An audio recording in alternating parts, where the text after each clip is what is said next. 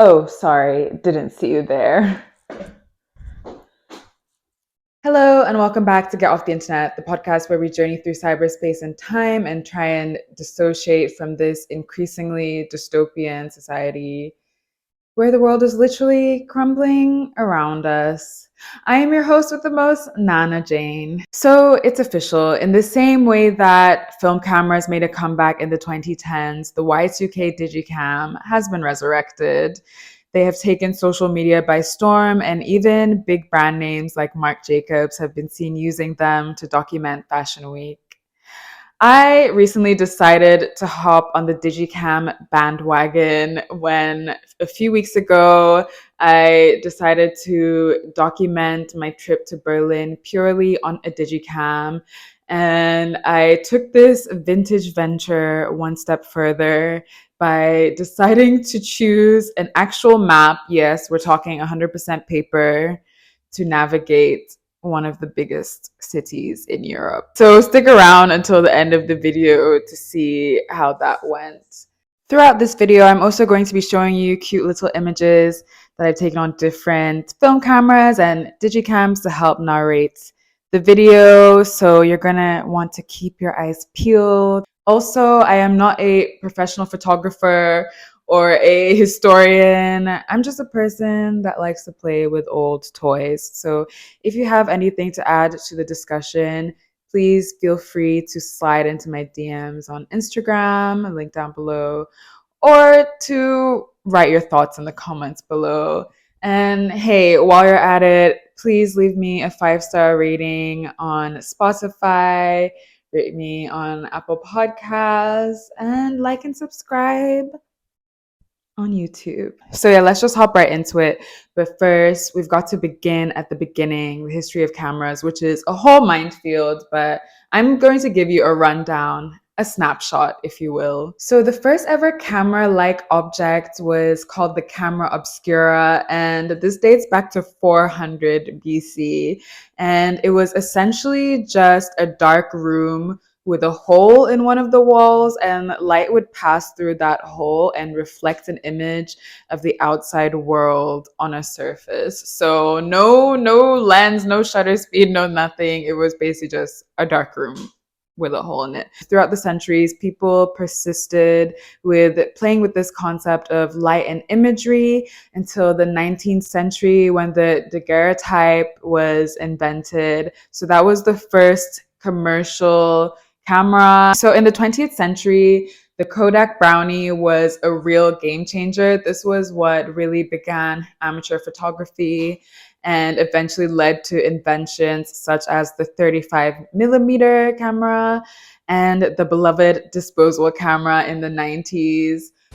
It's not about saying cheese anymore. It's what doesn't go according to plan that makes the best pictures. Try Fuji Color Quick Snap Plus one-time use cameras, because life won't stand still while you go home and get your camera. I still have so many fond memories of taking pictures with disposable cameras on field trips when I was in primary school. But once the digital camera came about, I never really touched a disposable camera again until 2011 when I was a Tumblr obsessed 15-year-old and I started seeing film photos on there, and I was instantly captivated by the grainy nostalgia, how succulent it made the colors look, and how it brought back the warm and fuzzy feelings of taking random pictures on a school trip.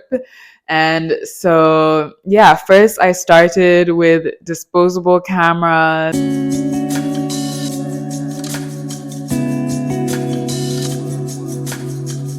And I later switched to an Olga film camera.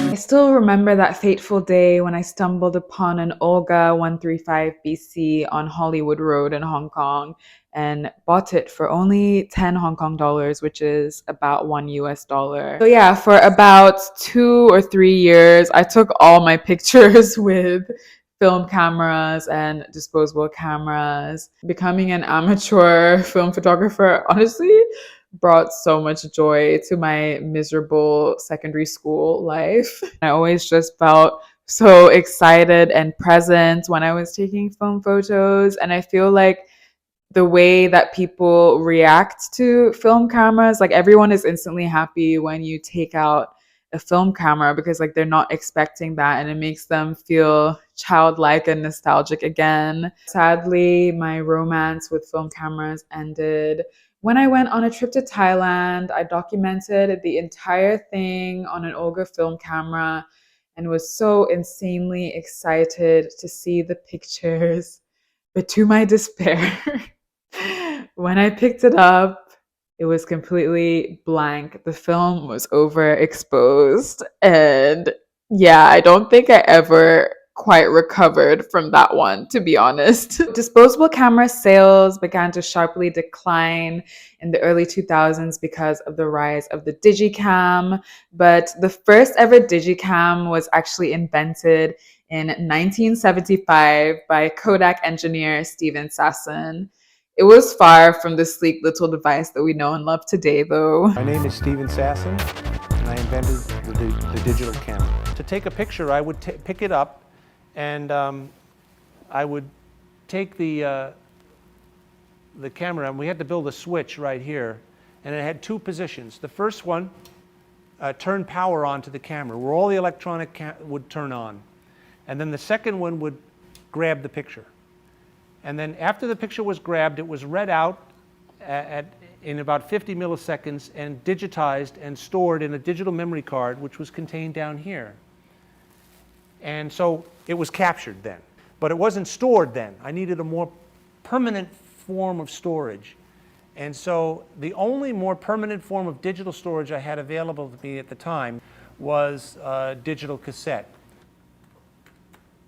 In 1989, Fuji and Toshiba paired up to release the first ever commercial digital camera in Japan, which, by the way, cost $8,000, just casually. In the following year, 1990, the first digicam was put on the market commercially in America. It was only $2,000 though, so, bargain. In 1994, Kodak and Apple paired up to release the Apple QuickTake 100, which was the first ever colored digicam, and it was also the first to be priced under $1,000. In 1995, Casio released the QV10, and I feel like this is when we really begin to see the digicam that we know and love initially take form. For example, it was the first digicam to have an LCD display screen to allow you to view the pictures that you had taken. And then in 2002, Casio released the EXS1, and this was what really transformed the digicam into a fashion accessory and everyday item. During the mid-2010s, digicam sales experienced a sharp decline due to the popularization of camera phones, and they were pretty much dormant for about a decade until their recent resurgence in the early 2020s. So after the heartbreak with my film camera, I settled for taking pictures on my iPhone and just putting visco filters on them so that they looked like they could have been taken on film. But all the while, there was a gaping hole in my heart, yearning for the inexplicably giddy feeling of taking pictures on an old clunky device that reminded me of simpler times. And that hole was filled when y2k digicams recently made a comeback. So a few weeks ago, I took a pretty spontaneous trip to Berlin with my sister, and I decided to document the whole thing on a digicam. I ordered a secondhand camcorder off of Willhaben, which is basically the Austrian version of Craigslist. And I was also just in need of a digital detox. So I decided that instead of using the Maps app on my phone, I would use a physical map. And this is how it went.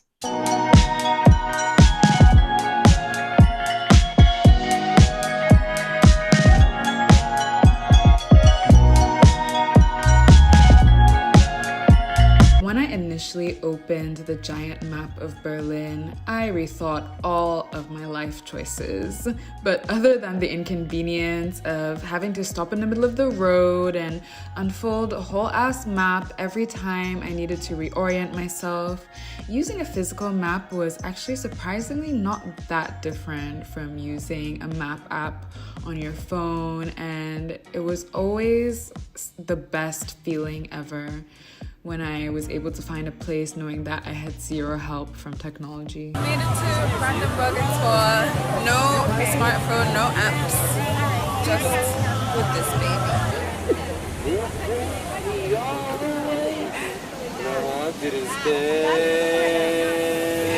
The Airbnb that we stayed in was super convenient. It was really close to an S-Bahn station.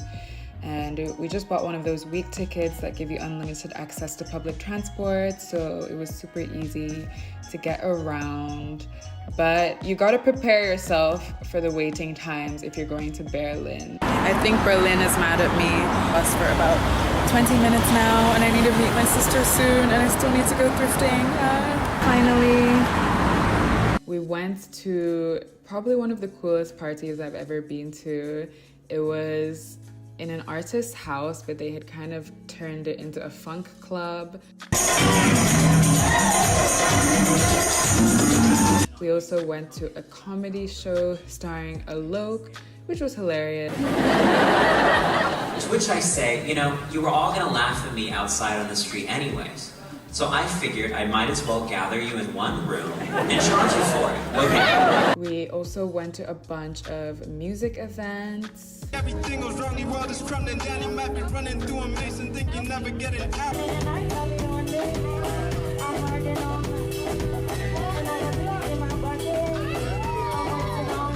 I have spotted a hipster neon sign, so I think we may have found the cafe. I went to some cute cafes and also just ate a lot of good food and had a grand old time. And I met so many friendly and open people there. For example, this very kind stranger who insisted on helping me frame a shot on my camcorder when he saw that I was struggling. Feel better. There's something magical about capturing a moving picture on a grainy old camera. Through the fuzzy lens, the world is perpetually dreamy and ethereal, as if you're watching a supercut of the softest memories in someone's mind.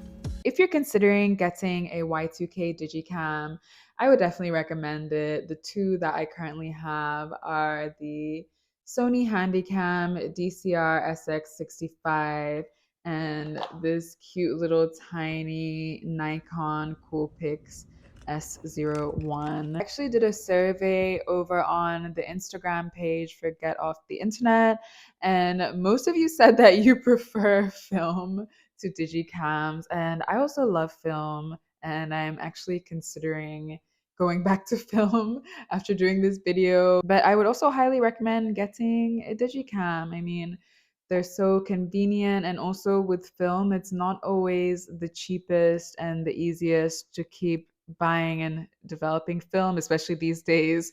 They got some crazy prices out there.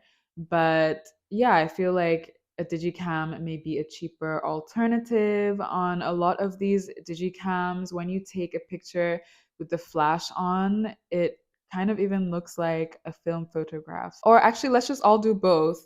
Let's just all throw away our iPhones and only document our lives on old cameras. I'm just kidding. I love you, iPhone. So yeah, I honestly wonder what the future of digicams holds. I mean, phone cameras are so practical and convenient that it's hard to imagine what would come next, but something will come next. And it's funny to think that in 20 years, we'll probably be looking at footage from the iPhone 15 and saying, oh, look at that cute vintage low res footage. In 20 years or so, digicam footage will kind of be like what silent black and white footage is to us now, and iPhone footage will be like what digicam footage is to us now.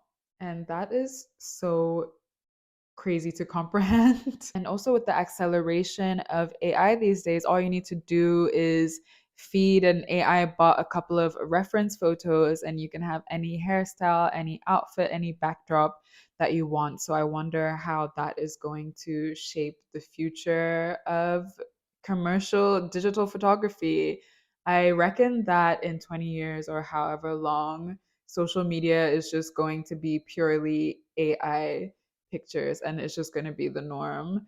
But yeah, I would love to hear what you think the future of photography holds. And thank you so much for tuning into this episode. It unexpectedly turned into such a lovely walk down memory lane. And it was actually really cool to also learn a bit about the history of photography and how much dedication and experimentation and love was put into this medium of sharing the world. So please rate, review, comment, and subscribe. It would mean the world to me. And yeah, don't forget to get off the internet and go and touch grass. Okay, see you next week.